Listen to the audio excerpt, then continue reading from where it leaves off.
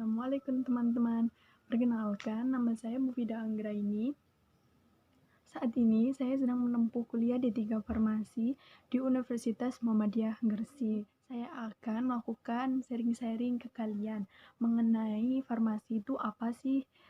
Nah, bagi adik-adik yang akan melanjutkan di perkuliahan nanti, semoga sharing-sharing ini bermanfaat ya. Pertama, saya akan membahas mengenai farmasi itu apa sih. Farmasi itu ilmu untuk mempelajari mengenai obat-obatan. Dan yang kedua, saya akan membahas mengenai perbedaan D3 Farmasi dan S1 Farmasi. Perbedaan D3 Farmasi dan S1 Farmasi yang pertama yaitu dari masa studinya.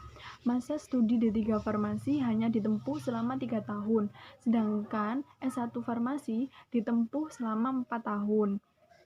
Dan yang kedua, metode pembelajaran dari D3 dan S1 Farmasi kurang lebih sama ya, tapi di D3 Farmasi kita lebih banyak melakukan praktikum-praktikum karena di sini kita akan langsung dipersiapkan untuk terjun ke dunia kerja setelah lulus nanti.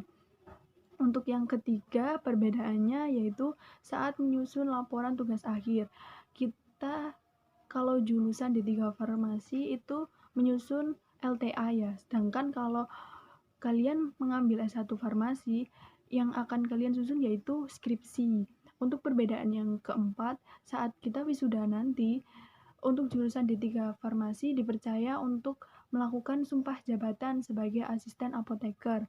Sedangkan saat S1 Farmasi, kita saat wisuda tidak ada sumpah jabatan.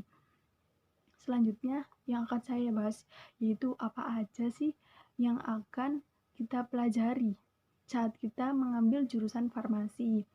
Seperti yang saya jelaskan mengenai farmasi tadi, yaitu kita mempelajari mengenai obat-obatan, entah dari bahan-bahan obat itu apa saja, cara meracik obat itu bagaimana, jenis-jenis obat itu apa, dan di sini kita juga belajar mengenai cara pemberian KIE atau komunikasi, informasi, dan edukasi yang baik dan benar kepada pasien atau masyarakat agar mereka dapat menggunakan obat dengan baik dan benar. Jadi kita nggak hanya belajar mengenai obat-obatan saja, seperti membuat obat, meracik obat, dan mengetahui jenis-jenis obat, tapi kita juga belajar mengenai cara membuat kosmetik, seperti bedak, masker, lipstik, serum, dan banyak lagi yang lainnya.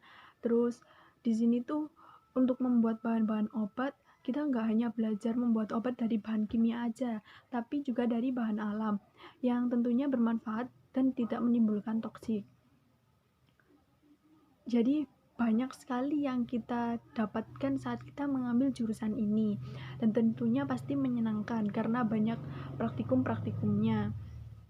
Terus saat kita mengambil jurusan ini, pelajaran apa aja sih yang bakalan kita dapat?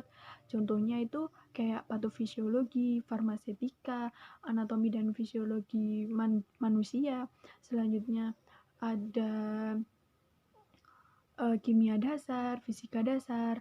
Di sini tuh kita nggak harus pandai dalam ilmu kimia ya, karena kita itu nggak mempelajari kimia dasar seperti anak jurusan kimia murni. Di sini tuh ilmu-ilmu itu hanya ilmu-ilmu terapan. Yang penting itu kita suka dengan pelajaran itu dan kita mau berusaha supaya kita bisa mengikuti pelajaran ini atau mata kuliah ini sampai akhir dan nilainya juga memuaskan. Selanjutnya, peluang kerja apa sih bagi D3 Farmasi? Nah, bagi D3 Farmasi itu kita bukan hanya bisa kerja di apotek saja atau rumah sakit sebagai asisten apoteker, tapi kita juga bisa bekerja di perusahaan obat atau perusahaan farmasi sebagai QC, QA, atau R&D analis. Selain itu, kita juga bisa bekerja di instansi pemerintahan seperti TNI, Polri, dan lainnya. Selanjutnya, kita juga bisa, jika kita senang melakukan penelitian, kita juga bisa masuk ke badan penelitian milik negara, meneliti mengenai bahan-bahan alam yang bisa dijadikan sebagai obat, atau banyak lagi yang lainnya deh pokoknya. Dan itu sangat menyenangkan. Jadi untuk adik-adik yang masih bingung ingin masuk ke mana, mungkin suka dan ingin masuk ke farmasi, itu nggak salah, karena jurusan D3 farmasi itu peluang kerjanya sangat banyak. Itu saja yang saya sampaikan. Mohon maaf bila banyak salah kata. Terima kasih. Wassalamualaikum warahmatullahi wabarakatuh.